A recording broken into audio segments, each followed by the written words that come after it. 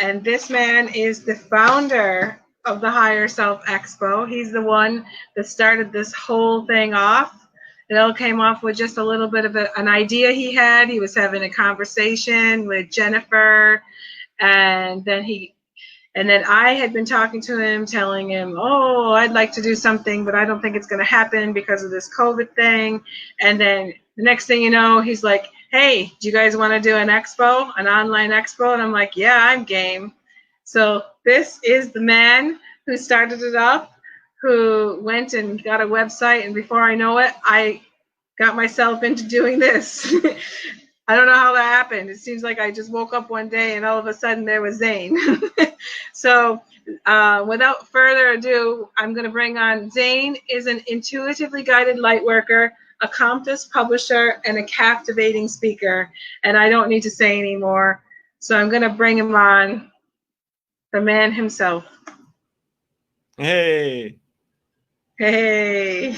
All right. You made it almost all the way through, Robin. Good work. It's getting late. Okay. Yeah. What time is it? What time is it there in Ireland? It is 12:30 in the morning. Okay. All right. You're a trooper, and you started today at 3 p.m., but that's not really when you started your day. You started it much earlier than that. Yeah, I think I was up at 8 o'clock in the morning. Okay. So. Yeah. That's not too bad. That's not too bad. Okay. But still, thank you so much for all that you've done for us today. It's been great. You've been amazing. Yeah. Thanks, Zane. I'm going to come back on when you're done here, and we'll say a proper goodbye. Okay. Sounds good. Okay. All right. So now, I'm the last speaker, so I can take as long as I want to. I could sit here for another 3 hours. Don't tell Robin. But I could a little bit, or I could end it early. Like, we can just let it go and see where we go with it. But if you're not familiar with me, I'm going to give a really quick backstory. And that is, I was actually I say that I was raised by scientists. My grandfather was a chemist, and he worked for the U.S. government after World War II. He actually created triggers for the H-bomb. My father, an electrical engineer, my uncle, an electrical engineer on the other side.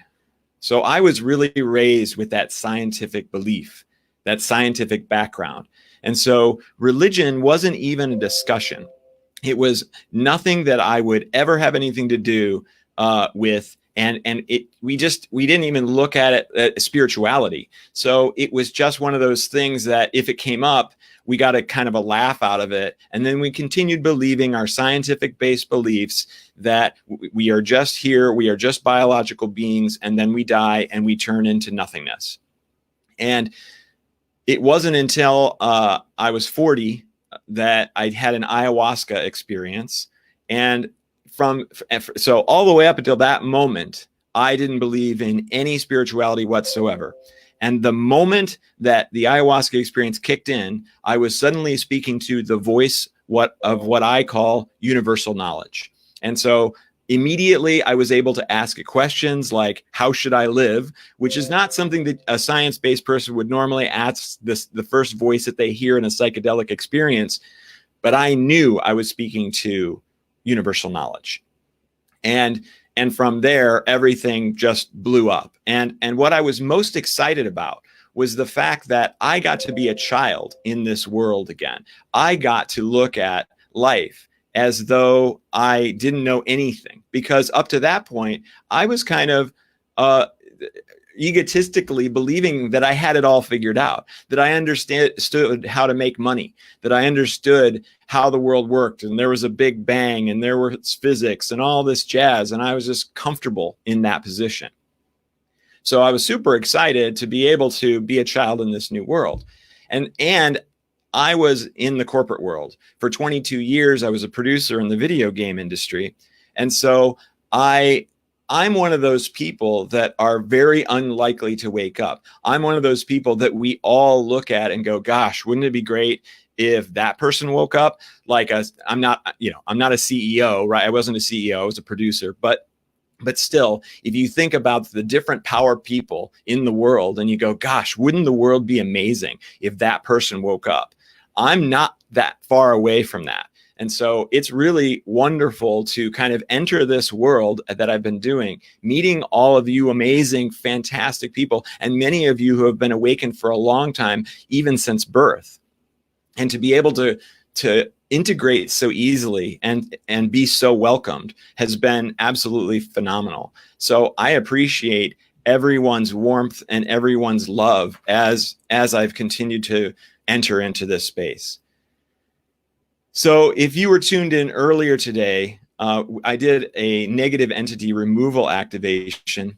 This was, I don't even remember what time it was. It was a while ago. It was 9 a.m. my time. So there's probably some different people who are on right now. So the first thing that I really do like to do is make sure that nobody's got any negative entity attachments, because that can really interfere with any energy experience that you're going to have. It can even interfere with your open-mindedness. It can interfere with your comfort level. Like pain can often be associated with negative entity attachments, emotional pain. So let's just go ahead and do that real quick.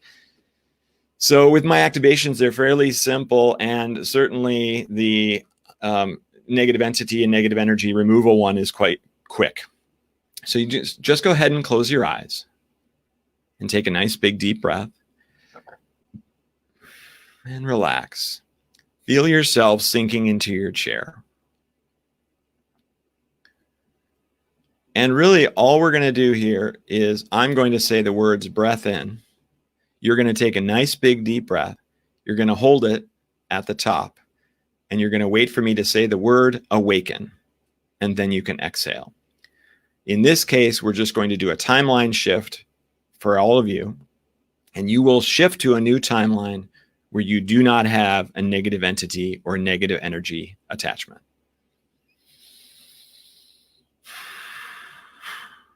Breath in.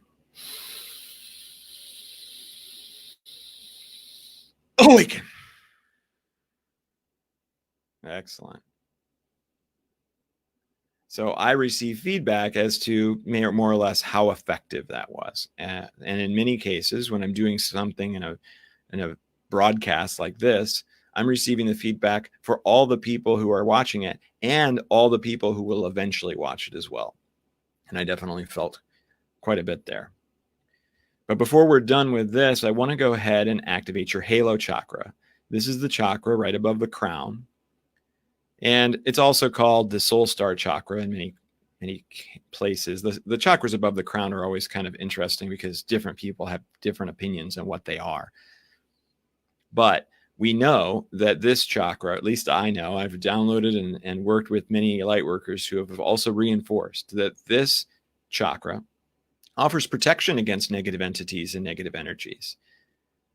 It also is your connection to the divine and your connection to higher dimensional beings, especially the animal spirits here on this planet. So I'll be doing a tone for this one.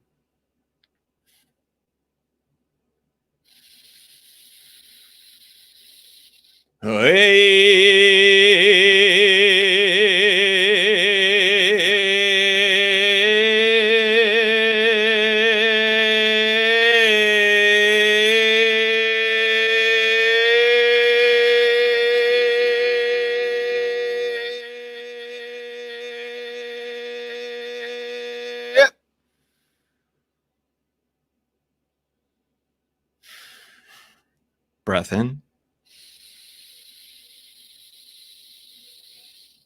Awaken. Okay, good. So when you're ready, you can open your eyes. So I'm mostly working with the Hathors. They are an extra dimensional group, not dissimilar to the Pleiadians or the Arcturians. They were incarnated here on Earth during Egypt's golden age, and I was incarnated among them, which is where I learned how to do the major modalities that I do. And one of them is called the soul essence activation. And this is, I'm going to be bringing the best versions of your past incarnations forward into your current one, especially as it relates to your life's purpose. I'll be using the energy centers of the body to do this, the chakras. And every once in a while, someone will say, oh, you're doing a chakra clearing. And yeah, it is, but it's more than that. It's more of a chakra transformation, because we're really making a lot of changes based on the best versions of your past incarnation. So you could have an incarnation that was incredibly confident. And so we're going to be bringing that incarnation's solar plexus into your current one. So I'm excited to be able to do that, but I'm going to get to that at the end. And for right now, I want to talk a little bit about what I help people with for the most part, and what I hope to help you with just by watching this. So it's, of course, suffering. What is suffering? Suffering is really two things. It's either physical pain or it's emotional pain. Physical pain makes total sense. We experience physical pain so that we survive on this treacherous and dangerous planet. Our primitive ancestors had to worry about even a scratch because it could become infected and they could die. So the idea that you are alerted, your body is alerted when you experience physical pain so that you avoid it. And we interpret that feeling as a negative feeling. So we know not to touch the hot fire. We know that animal has sharp claws, so we don't really want to mess with it so that we survive. What's interesting is that emotional pain is the same thing. The terrestrial emotions, the ones that we experience when we come here, are all about survival. And they're only possible because we can die. So what's really amazing about that is that you can also infer then that that's the reason that we came here. There's lots of reasons that we've come here, right? And we all have our individual reasons, but there's this overall global reason.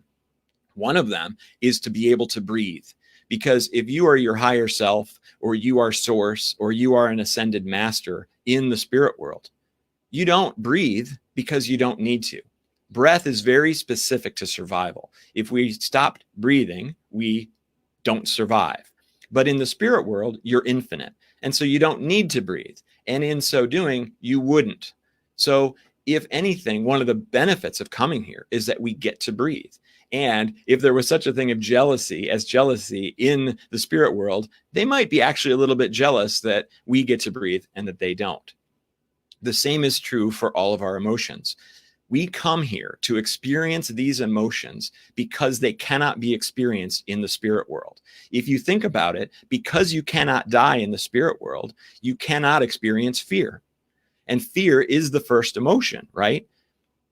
It is the one that is the simplest. It's the basest. It's the one that microscopic organisms display fear when presented with a dangerous chemical in a laboratory. They jettison themselves away from it. And if that's the case, then it makes total sense that we would continue to have it just like them. We need to run away from danger.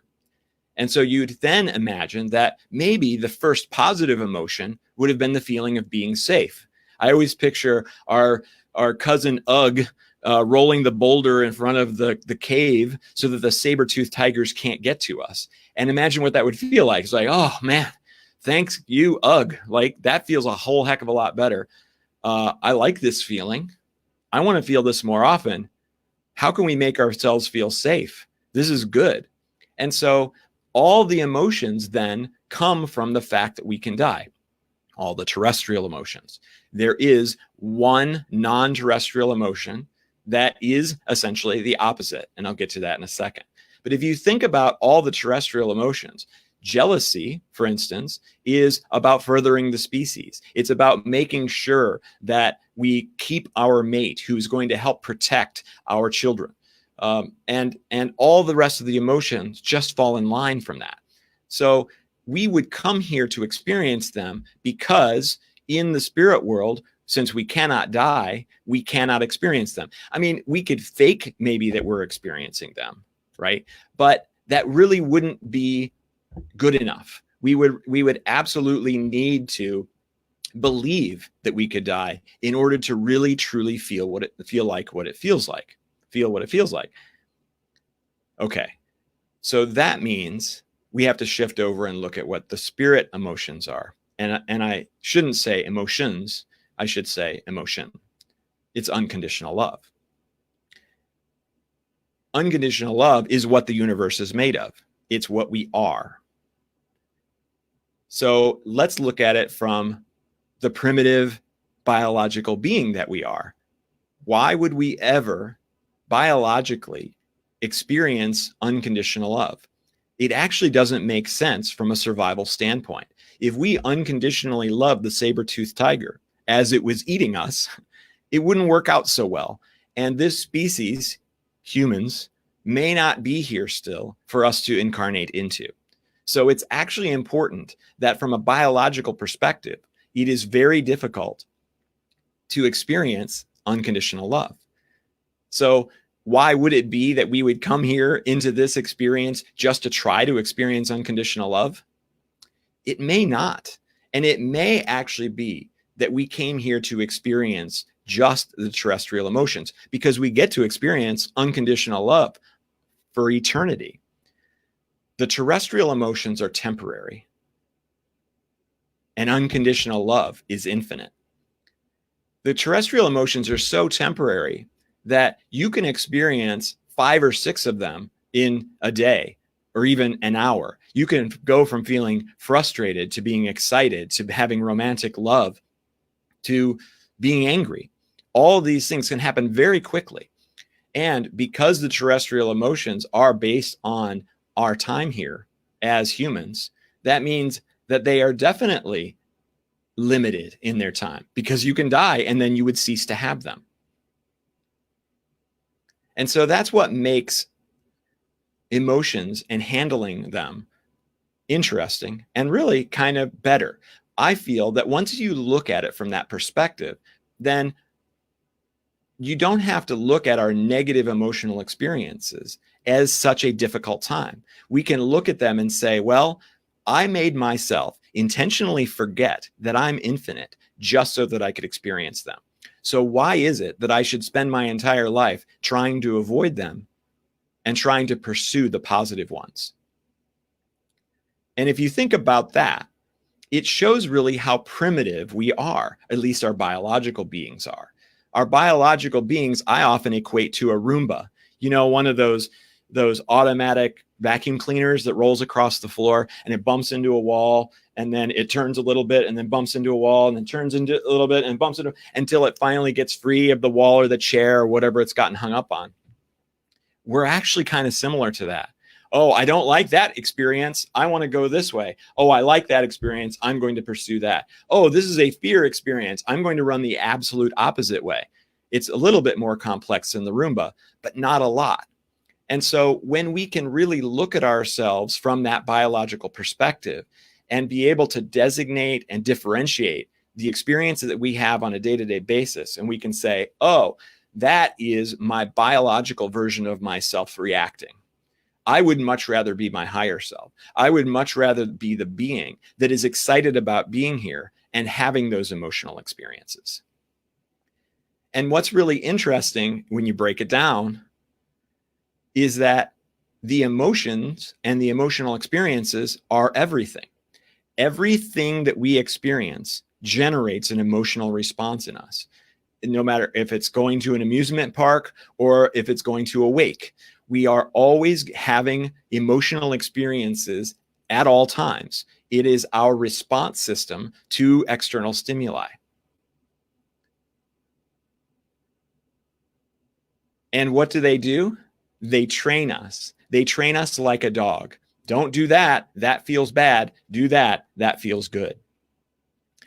And this really became clear to me and so obvious that every experience is just an emotional experience. When I was having a conversation with a friend of mine, she lived out of the country, so we didn't talk on the phone very often. We would actually send each other little voice messages. And she would read it and then send a voice message back, and I would read it and send a voice message back, and we'd have a lot of fun just kind of over time that way. I remember I had sent her a voice message, and it was something I was very proud of myself about. I was like, oh, this is really funny or clever, or man, she's really going to get a kick out of this. And so I was kind of excited about it, and I sent the voice message. But, I didn't hear from her for a couple of days, and then we ended up getting on the phone. And so we're having a conversation, And I'm like, oh, right. Do you remember that voice message I sent you the other day? And she's like, oh, yeah, that was hysterical. That was funny. I loved it. I laughed and stuff. And I was like, I kind of forget what that was. You remember what I said? And she was like, oh, no, I was afraid you were going to ask that. I don't remember. And it dawned on me at that moment that I didn't care. It didn't matter what the stupid thing was that I said. All that mattered is that I had the emotional experience that I was looking for. She gave me the positive feedback. She gave me the positive reinforcement for having listened to the message. So I was satisfied. We didn't have to dig into it anymore. It's like, oh my gosh, that's all we're doing. All we're doing is we're pursuing positive emotions and we're avoiding negative ones. And what would happen in our lives if our brain screwed up and our brain actually interpreted all stimuli as positive? Well, we might not live very long, because in those other cases, we might say, oh, wow, it feels really good to jump off a cliff, right? So maybe we wouldn't do that so well. But I think that a lot of the negative experiences, if your brain, because that's all it is, right? It's just a physiological response to that emotional experience. You just go, oh, well, I kind of actually like that. That's not too bad. Well, if we can imagine what that feels like, why can't we bring that concept into everyday life? Why can't we look at our negative emotional experiences from a positive mindset, from a positive perspective? And that's why you see all the things about doing gratefulness practices. That's what we're doing. We're retraining our brains so that we can experience a negative emotion in a positive way. And what are emotions? Emotions are just frequencies. We are big radio tuners that tune into the frequency that we're supposed to tune into. So if we're tuning into the emotional frequency, let's say we have a fear situation, and we tune into emotional frequency that is really an extreme fear response. What happens? We have a whole bunch of adrenaline moving through our body. We're shaking. Maybe we feel a tightness in our chest, a fluttering in our stomach, or a fluttering in our chest. We're ready to run. It's the fight or flight response, right? And if all this is happening, especially, let's say that the situation didn't call for that high of a fear response, but we're still having it. Oh, it was a near accident. The car almost kind of hit us, and it didn't hit us, but we still feel like we've just been in a car accident. So what's going on there? Our body is tuning into the frequency that it thinks is correct for the situation. What if you've had a childhood trauma and something horrible happened from someone that you loved? We look at our parents like gods when we're children.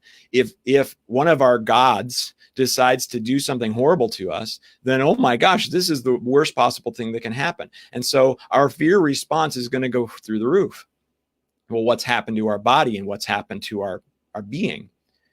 We've tuned into, and we will remember that fear response for the rest of our lives. So even if we don't have a very extreme situation that calls for an extreme fear response, our body has gotten used to tuning into that, and so it may tune into it again. And that's the key to understanding how to change the way that you respond to things. And it's really cool, because one of my gifts that I've learned is that I can help you retune your body into a different frequency. So here's what happened. I was working on a talk at an upcoming expo, and I was realizing something. I was probably receiving a download. Sometimes I receive downloads and I don't even know I'm getting them.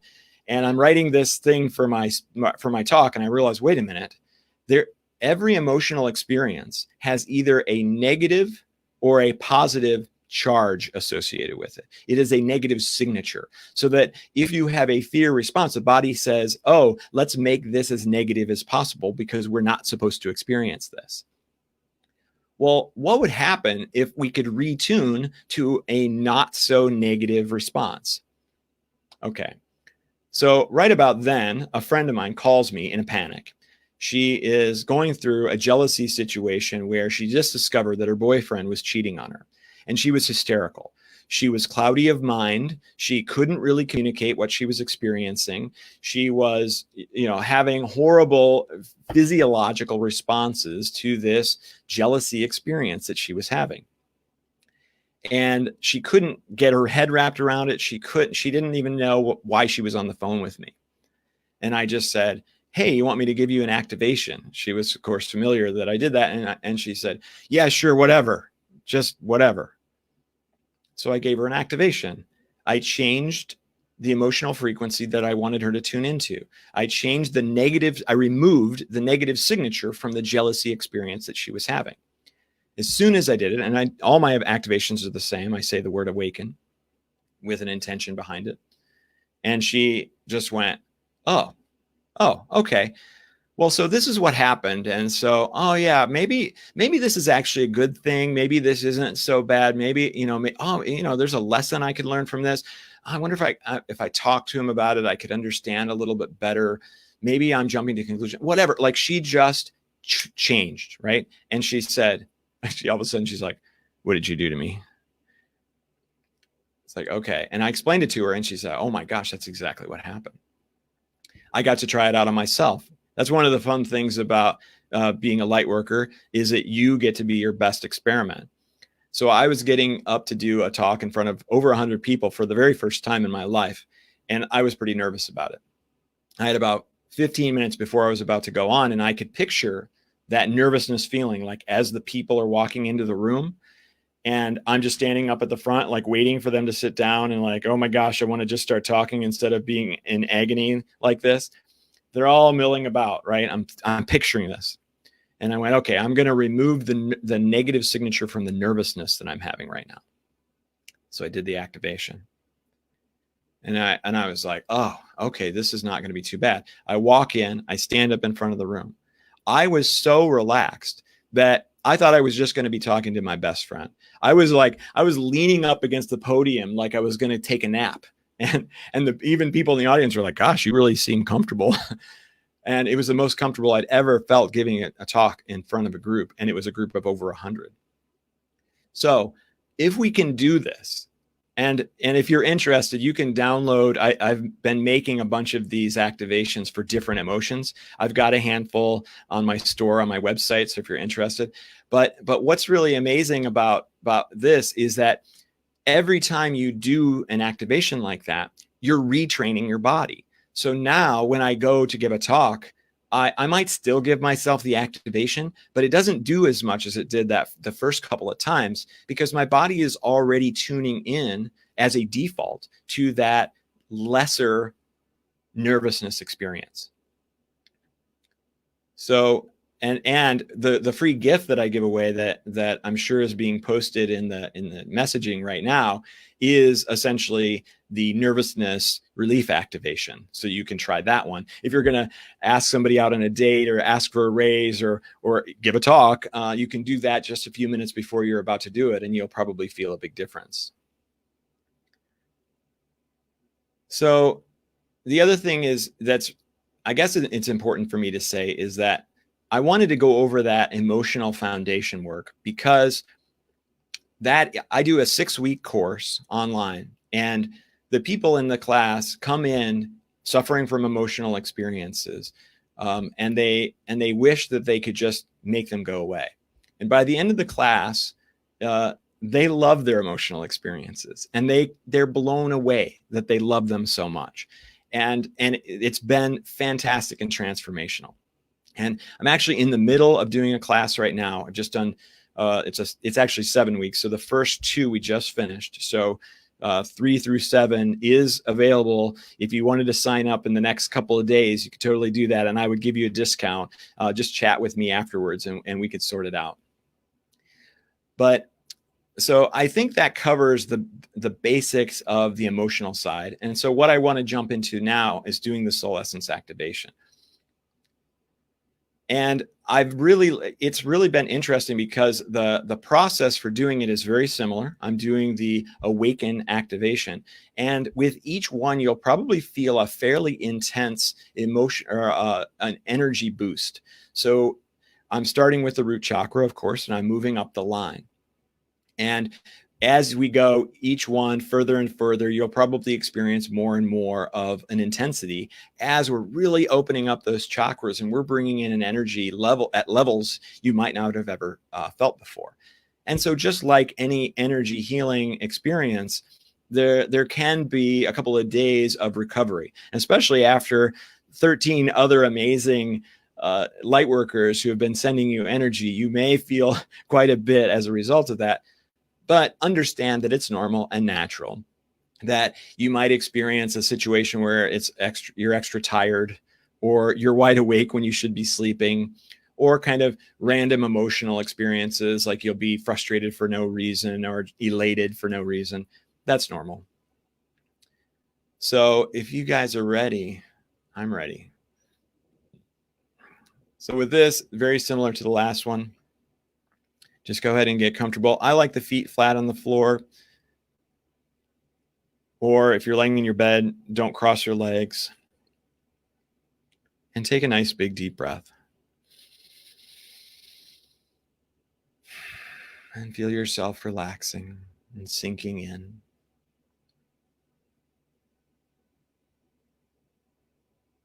I want you to feel your clothes against your skin. Feel the bottoms of your feet. Before we get started, you're not going to really have to do much on this, just those breath ins. Every once in a while, I'll give you a little bit of instruction. And so the one thing that I want you to do is right now, take your energy field that's emanating all around you in all directions. And I just want you to stretch it a little bit. Picture it stretching, maybe like when you wake up in the morning and you give yourself a nice morning stretch. Just picture yourself stretching your energy field, just a little bit further out in all directions. Okay.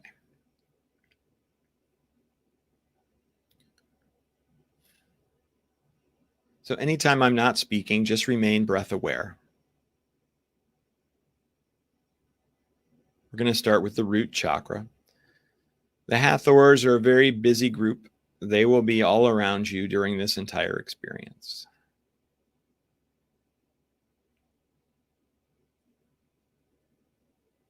The root chakra, located at the base of the spine. This is your connection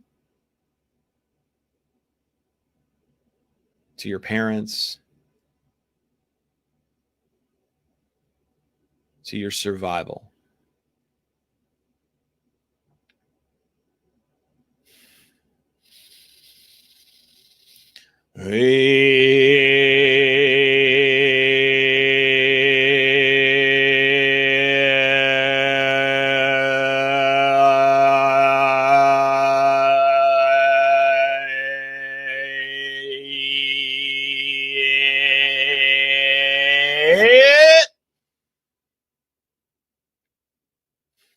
Breath in. Awaken.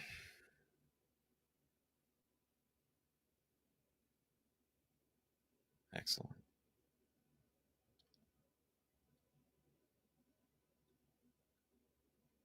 Moving up to your sacral chakra, just 2 inches below the belly button. This chakra is your connection to your romantic relationships, your one-on-one relationships, and your creativity.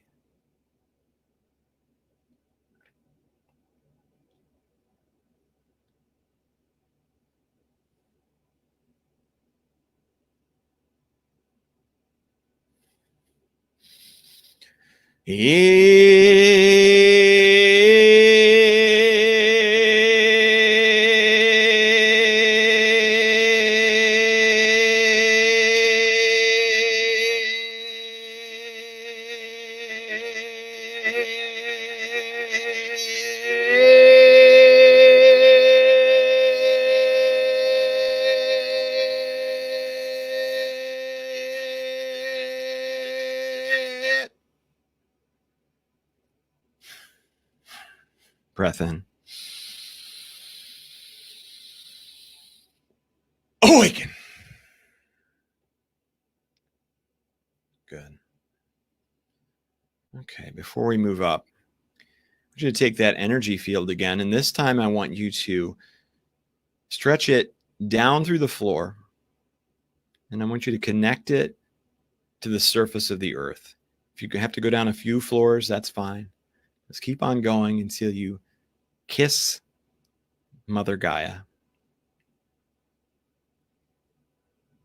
And you may be able to feel that grounding feeling that you would otherwise feel if you were barefoot. I often feel it at the bottoms of my feet, but you may feel it differently.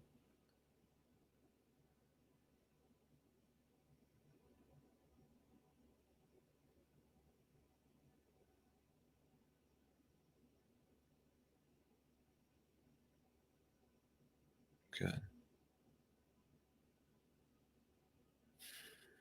Okay. Moving up to the solar plexus. This is your ego center, your confidence, your self-worth, your self-identity.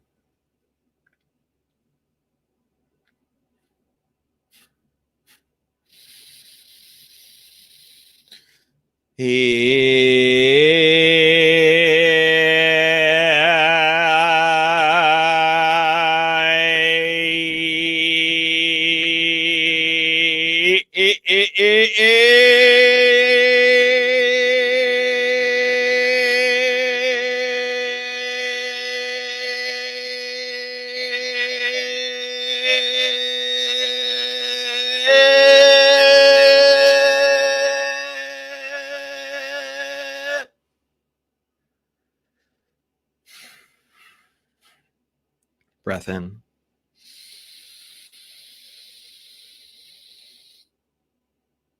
Awaken. Excellent. The heart chakra is next. I want you to picture your heart chakra in your chest right now. It's really a green rotating vortex, a little tornado or hurricane. You're looking down at it if you're looking straight on your chest. You can see it rotating at the size of your heart chakra, which is pretty small. But what I want you to do is I'm going to make a sound, and when I do, I want you to picture it increasing to the size of your entire body. Just picture it growing very quickly. Shh. Excellent. So now you are encompassed by your beautiful green rotating heart chakra.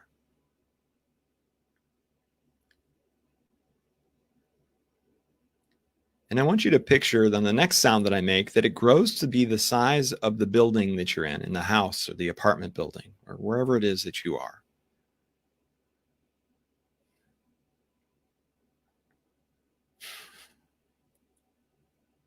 Shh.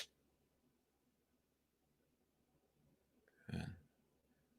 So now your big green rotating hurricane heart chakra is the size of the building that you're in. And what does that mean? That means that you love the building. You love all the furniture in it. You love all the insects that are in it. You love the microscopic organisms that are in it. You love if there are other people in it. Most certainly they are encompassed in this as well. Excellent. So if people are flying over your house right now, they would look down and they would see this giant green rotating house. They're like, what the heck is going on down there? Love is what's going on down there. All right, so we're going to increase the size of it again. I don't know why we should stop there. We can go ahead and make it the size of the city that you're in.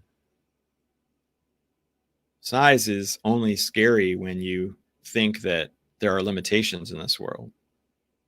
Size can be whatever you want it to be. Shh. Okay, now we're talking. So there's a bunch of cities all over the globe that are glowing with your green rotating hurricane heart chakras. Oh, and look what else is going on. There are a bunch of people and animals, buildings, and that means you're loving all those people and animals and buildings. That might even mean that you're loving some people that you don't really like very much, or that you're loving politicians, or that you're loving CEOs, evil CEOs. Oh my gosh. Well, I think that it's time that we've loved all those beings. I don't see, again, why this should end. But I do like the idea of the plane flying over now and being like, whoa, what the hell? There's all these cities that are all lit up. And so I want all of our heart chakras to merge. So I say this time we make them the size of the planet. Shh. One giant heart chakra, the size of the earth. And we're merged together, loving everything there is about this paradise planet. The whales in the ocean and the dolphins, the animals in factory farms, the people who are being born right now, the people who are dying right now, the people who are in prison, the people who rule the planet. We love them all unconditionally. There is no difference from one person to the next. They are all perfect.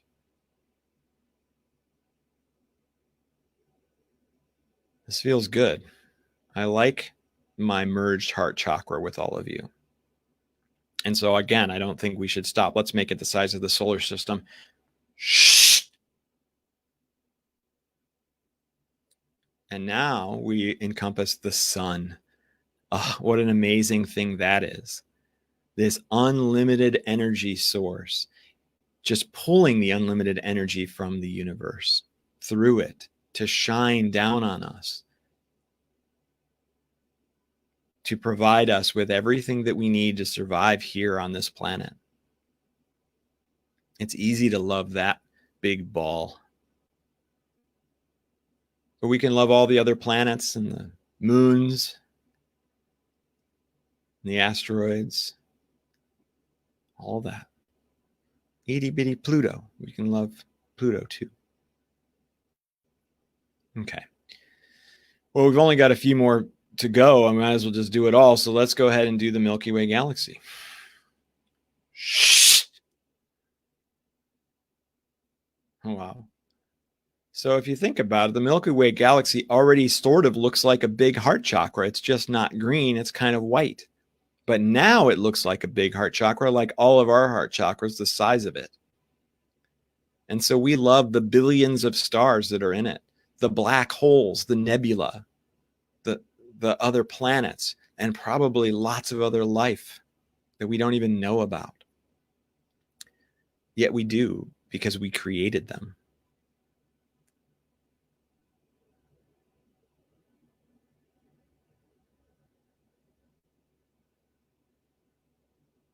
Okay. The universe in all the dimensions. That's the last stop. Shh. It took a moment before it got big enough. But it's there now. So we just love everything. Why not? We created it all.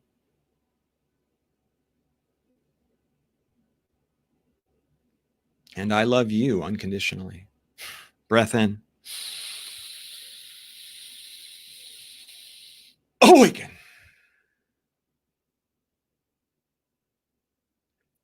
Before we move up to the throat chakra, I'd like everyone to take their energy field once again and extend it down into the earth. But this time, I want you to dive deeper And I want you to picture your energy field growing roots as it goes down deeper and deeper and deeper, rooting you in place, grounding you with this incredible paradise planet. So we'll stop about halfway down to the core and just exchange that negative ions, those negative ions with this planet. Feel the energy of the earth moving up through your lower 4 chakras. And you might start to notice that your throat chakra is a little tight. And that's just because you're moving a lot of energy and it's trying to go all the way through. But it's being blocked a little bit. I like to say a bottleneck because that's your neck, comedy. And so what I want you to do on this one, when I do the tone for this, I want you to join along. So make this sound yourself. And if you have to, take a breath and keep going and feel that throat chakra.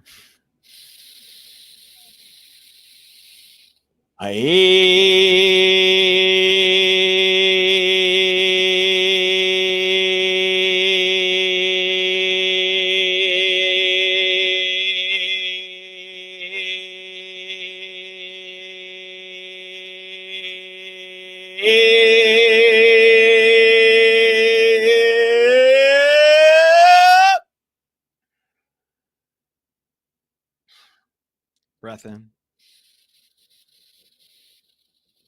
Awaken.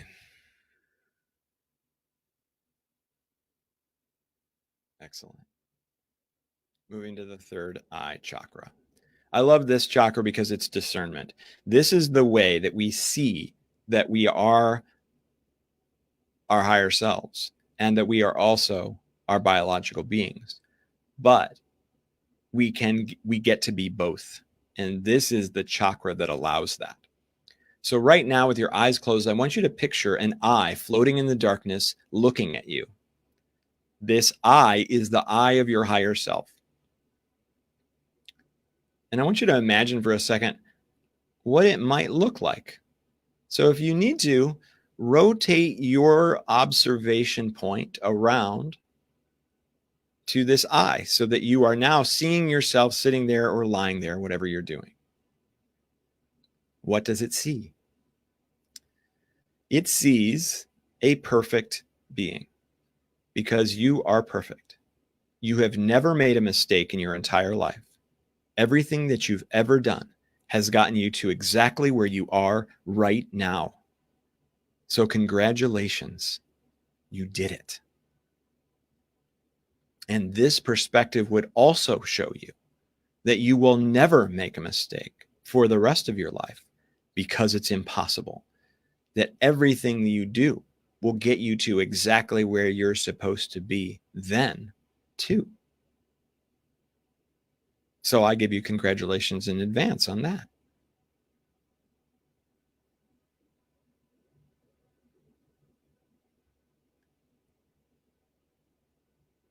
And it can look at you with a compassion that you might not look at yourself.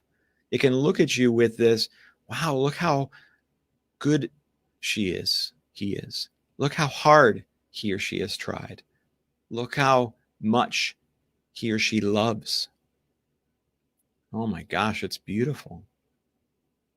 What an amazing being you are.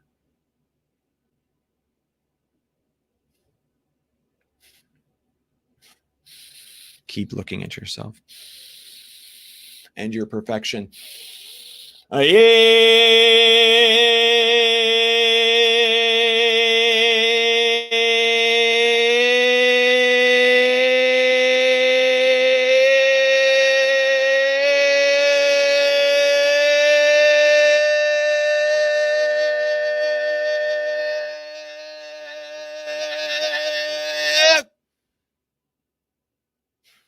Breath in. Awaken.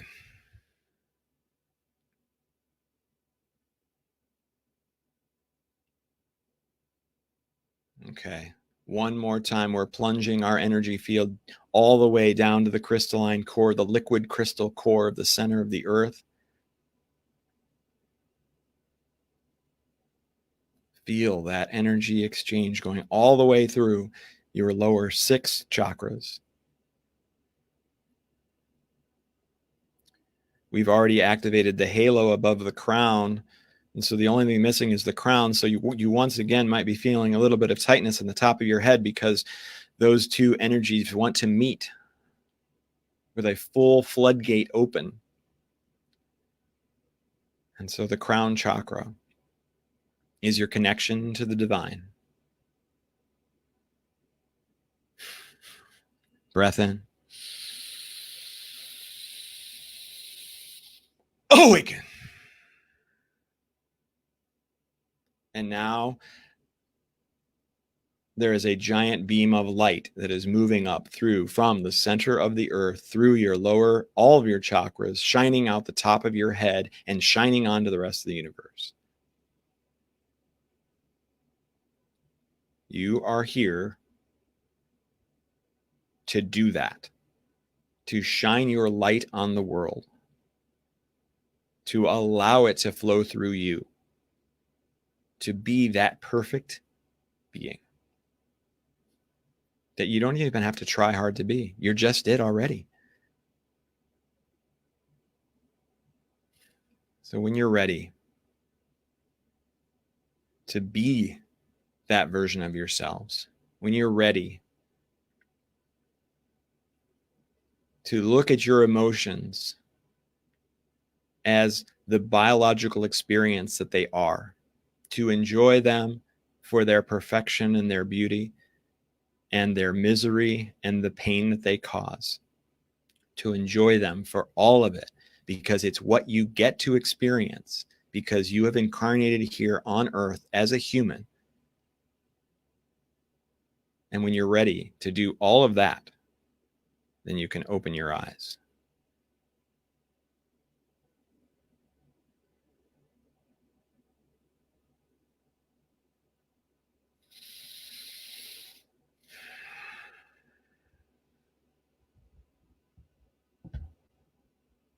So one of the things that I also want to talk about, there's this thing behind me you might be noticing.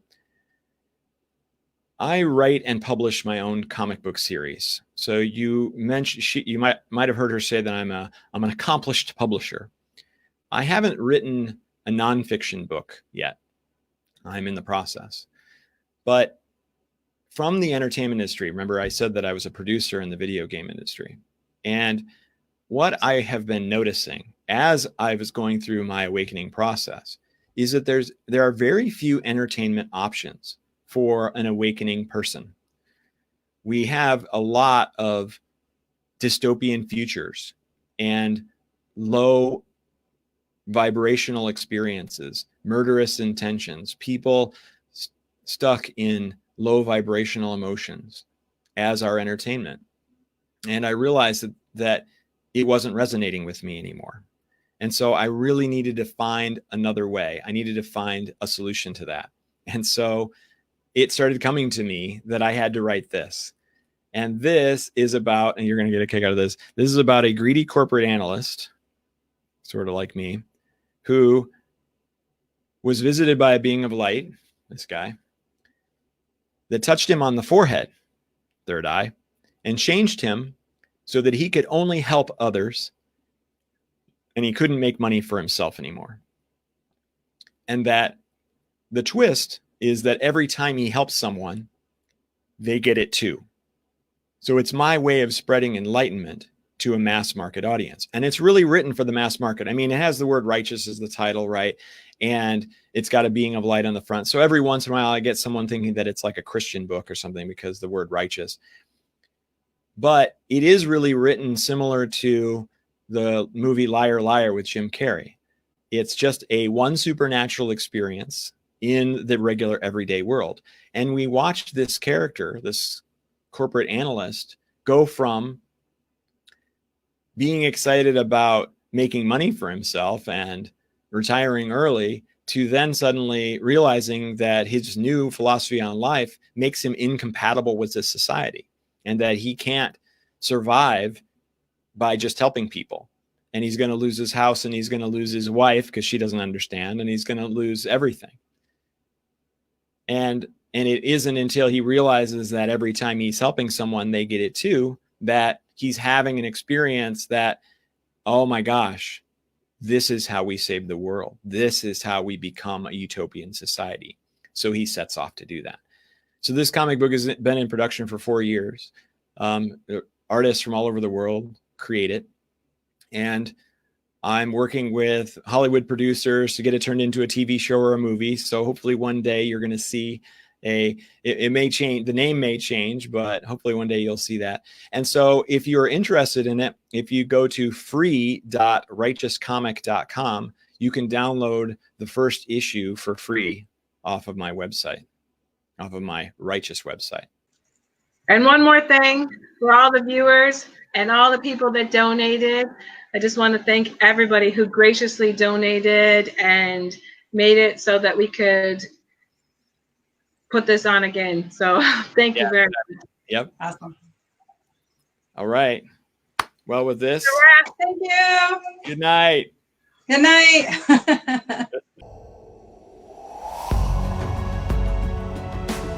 Hello, everyone. This is Xane Daniel. This is the last recording that I'll be posting from the very first expo.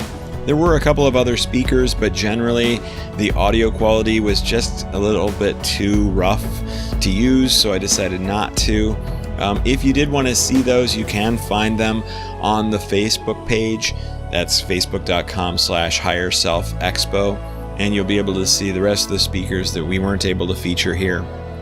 At the time of this recording, we're only 1 week away from our second event, September 12th and 13th. So I hope everybody tunes in, as it will be broadcast live on YouTube for the first time. Thanks, everyone, and we'll see you at the next expo.